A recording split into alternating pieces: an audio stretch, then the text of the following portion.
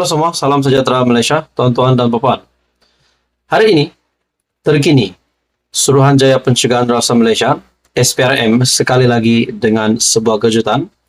Kali ini pula, kepimpinan yang terkenal iaitu Tan Sri dan Datuk Seri dilibatkan dalam satu pengumuman yang amat mengejutkan dari SPRM ini berkaitan dengan pembekuan RM40 juta dan juga berkaitan dengan dana judi. Saudara-saudara, dalam satu artikel dari Sinar Harian, dana syarikat judi, akaun individu, syarikat bernilai RM40 juta dibeku. Menjadi persoalan, siapakah Datuk Seri dan Tan Sri yang disebutkan di dalam artikel ini oleh SPRM? Sejumlah RM40 juta nilai akaun individu dan syarikat dibeku berhubung siasatan pemberian rasuah oleh syarikat perjudian kepada beberapa orang kenamaan baru-baru ini. Memetik laporan utusan Malaysia, tindakan itu diambil SPRM susulan tangkapan 13 individu, termasuk Tan Sri dan Datuk Seri yang dijalankan sebelum ini. Bagi saya ini satu lagi pendedahan ataupun satu lagi maklumat bocor yang pasti mengejutkan ramai. Sumber memberitahu, SPRM sedang mengesan beberapa individu yang dipercayai berada di negara jiran dan sebuah negara Eropah sejak minggu lalu. Nama individu tersebut mungkin akan didedahkan sekiranya mereka masih enggan tampil membantu siasatan. Pelbagai alasan remeh diberikan termasuk perlu berada di luar negara kerana menghadiri mesyuarat. Nah, bila kita mendengar berkaitan dengan pelbagai alasan remeh, seperti apa yang dinyatakan oleh Ketua Pesuruhjaya SPRM Tan Sri Azam Baki. Nah, ini pula berkaitan dengan menantu Muhyiddin. Baliklah, jangan banyak alasan. Adakah di sini ada hubung kaitnya? Kita pun tidak tahu.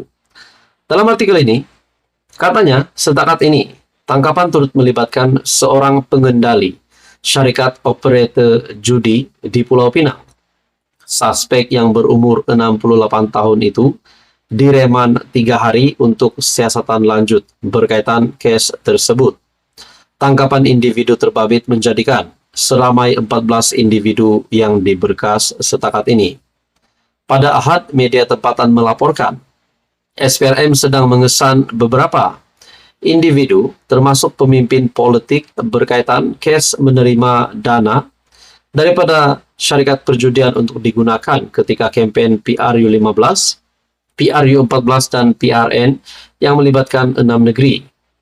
Dana bernilai RM6 juta sehingga RM7 juta itu dipercayai diterima orang kenamaan dan pemimpin politik berkenaan selepas syarikat perjudian tersebut diberi lesen mengoperasikan aktiviti mesin slot di kelab persendirian dan persatuan dimiliki syarikat pengendali mesin judi.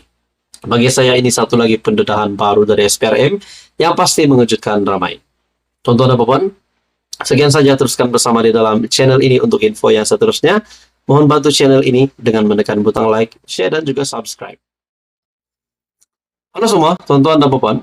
Satu lagi kejutan baru, dan kali ini, sekali lagi, nama Menteri Besar Kedah Muhammad Sanusi disebut dalam artikel ini dari bernama.com. Dalam laporan polis ini dikatakan, ataupun dalam kenyataan, polis membuka kertas siasatan, dikaitkan juga dengan nama Menteri Besar Kedah. Adakah sebelum ini apa yang sudah berlaku sehingga Muhammad Sanusi yang telah berhadapan dengan 2 pertuduhan berkaitan dengan akta hasutan? Adakah semua ini tidak cukup lagi? Dan kali ini dikejutkan lagi dengan satu artikel polis buka kertas siasatan berkaitan dengan video tular sambutan Menteri Besar Kedah di Johor. Dalam artikel ini dari bernama.com, Johor Bahru pada 26 Ogos bernama, polis telah membuka kertas siasatan berhubung satu video tular yang kononnya memperlihatkan sambutan ke atas MB Kedah, Datuk Seri Muhammad Sanusi, yang didakwa berlaku di negeri ini.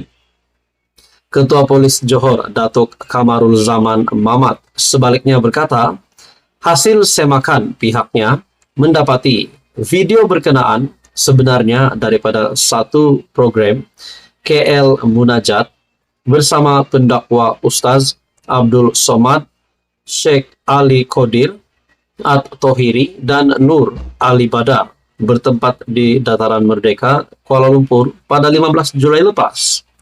Namun, video tersebut telah disunting dengan memasukkan laungan sorakan luaskan Kuasamu Johor untuk perkongsian oleh pengguna media sosial lain. Pihak polis telah membuka kertas siasatan dan sedang dalam usaha bagi mengesan individu-individu yang bertanggung jawab bagi membantu siasatan, kata beliau dalam satu kenyataan. Kamarul Zaman berkata, pihaknya melihat hal tersebut berunsur provokasi dan fitnah yang boleh mendatangkan tanggapan buruk masyarakat dan mengingatkan perbuatan menyebar satu serta membuat spekulasi palsu adalah menyalahi undang-undang. Menurut beliau, tindakan boleh diambil di bawah Section 505 dalam kurungan B, Kanun Keseksaan, yang jika sabit kesalahan boleh didenda atau penjara tidak lebih 2 tahun, atau kedua-duanya, dan Section 233 Akta Komunikasi dan Multimedia 1998. Jika sabit kesalahan boleh didenda tidak lebih Rm50.000 atau penjara setahun, atau kedua-duanya. Beliau turut menasihatkan orang ramai agar tidak mudah mempercayai dakwaan yang diperoleh daripada sumber yang tidak sah. Terdahulu, tular sebuah video yang dimuat naik di aplikasi TikTok berdurasi 2 menit dengan caption sambutan kepada MB Kedah di Johor dengan latar belakang lagu Luaskan Kuasamu Johor.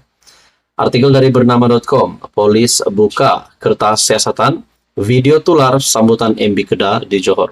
Sekian saja, teruskan bersama di dalam channel ini untuk info yang seterusnya. Halo semua, salam sejahtera Malaysia. Tuan-tuan dan puan-puan yang amat dihormati sekalian. Sebelum ini kita juga mendengar berkaitan dengan status Hadi Awang ataupun Presiden PAS. Adakah Hadi Awang akan ditangkap berkaitan dengan ceramah-ceramah beliau? Adakah dengan banyak salah laku yang pernah didakwa yang melibatkan nama Presiden PAS berkaitan dengan kenyataan ingin menjatuhkan kerajaan dan sebagainya? Hari ini saudara-saudara, spekulasi-spekulasi ataupun andaian-andaian kita itu semua kekal menjadi andaian. Tapi Bukit Aman dalam satu kenyataan baru-baru ini pasti menggemparkan seluruh kepimpinan PAS dan juga Perikatan Nasional. Dalam sebuah artikel dari hmetro.com, Abdul Hadi akan dipanggil, ada unsur 3R dalam ceramah pilihan raya. Kenyataan ini bukan dari sesiapa, tetapi dari Bukit Aman sendiri. Polis mengesahkan akan memanggil Presiden PAS Tan Sri Abdul Hadi Awang berhubung ceramahnya di kawasan Bakri, Muar di Johor, yang didapati menyentuh isu 3R, yaitu agama, bangsa, dan institusi diraja pada Sabtu lalu. Adakah seperti apa yang dinyatakan oleh pemerhati politik sebelum ini, di mana kerap kali isu 3R ini dimainkan oleh kepimpinan Perikatan Nasional. Juga kepada pengurus CPN sendiri, Tan Sri Muhyiddin Yassin, bahkan Menteri Besar Kedah Muhammad Sanusi juga dari kepimpinan PAS PN, juga yang sudah menerima 2 pertuduhan di mahkamah berkaitan dengan ini. Nah, hari ini pula nama Hadi Awang disebut oleh Bukit Aman. Pengarah JSJ, Jabatan Siasatan Jenayah Bukit Aman, Datuk Seri Muhammad Syuhaili Muhammad Zain berkata, ia susulan kenyataan Abdul Hadi mempertikaikan kuasa lembaga pengampunan yang mempunyai kaitan dengan institusi diraja. Dalam artikel ini, saya sahkan pihak JSJ sudah menghubungi Abdul Hadi untuk proses rakaman percakapan bagi melengkapkan siasatan kes berkenaan. Ia bagi mendapatkan masa yang sesuai untuk rakaman percakapan, katanya pada sidang media di Ibu Pejabat Polis Diraja Malaysia, Bukit Aman. Dalam pada itu, Muhammad Syuhaili meminta semua pihak supaya tidak membuat sebarang spekulasi berhubung kes berkenaan, sementara siasatan lanjut dijalankan. Siasatan kes ini dijalankan di bawah Seksyen 4 dalam kurungan 1 Akta Hasutan dan Seksyen 233 Akta Komunikasi dan Multimedia. Dalam suasana kempen pilihan raya kecil di Johor, semua pemimpin-pemimpin parti politik dan orang ramai diingatkan untuk tidak membangkitkan sebarang isu berkaitan 3R, katanya. Terdahulu, Harian Metro melaporkan Abdul Hadi akan dipanggil memberi keterangan berhubung laporan polis terhadap ucapan beliau dalam kempen pilihan raya di Simpang Jeram, Johor. Setiausaha politik Presiden PAS, Muhammad Syahir Sheikh Sulaiman dilapor berkata, pihaknya dihubungi Bukit Aman pagi tadi untuk mendapatkan keterangan daripada Abdul Hadi. Beliau dipetik berkata, perkara itu sudah dimaklumkan kepada Abdul Hadi dan beliau menyatakan kesediaan untuk memberikan kerjasama sepenuhnya kepada polis. Sementara itu, Muhammad Syuhaili berkata, sebanyak 88 laporan berhubung isu 3R diterima pihaknya dalam tempo Januari sehingga Julai. Terlalu banyak kes 3R setakat ini. Kebanyakan daripada kita berpendidikan dan cukup matang, dan jangan buat hantaran di media sosial yang ada implikasi undang-undang. Kejahilan dalam undang-undang bukan alasan. Selagi ada implikasi undang-undang dan ada laporan, polis akan siasat dan bawa ke muka pengadilan. Jadi perkara ini amat serius. Jadi tuan-tuan dan puan, seperti yang kita pernah dengar dulu, setelah berakhir pilihan raya negeri, sekiranya dimenangi oleh PN 6-0, mereka kononnya ada spekulasi menyatakan bahwa kepimpinan PN akan menubuhkan kerajaan. Kononnya lagi ada MP dari kerajaan akan meletakkan jawatan dan menyokong PN. Tetapi semua itu seperti yang dinyatakan oleh beberapa pemerhati politik, termasuk dalam ulasan Syahbudin.com ataupun Syahbudin Husin, jangan bermimpi Anwar jatuh. Akhirnya saudara-saudara, adakah di sini kepimpinan PN, Sanusi, Muhyiddin Yassin, dan Hadi Awang menjadi satu contoh yang baik setelah ketiga-tiga pemimpin ini, termasuk Hadi Awang yang terkini, yang dilibatkan dengan siasatan isu 3R. Saudara-saudara, tonton dan puan, sekian saja ulasan hari ini.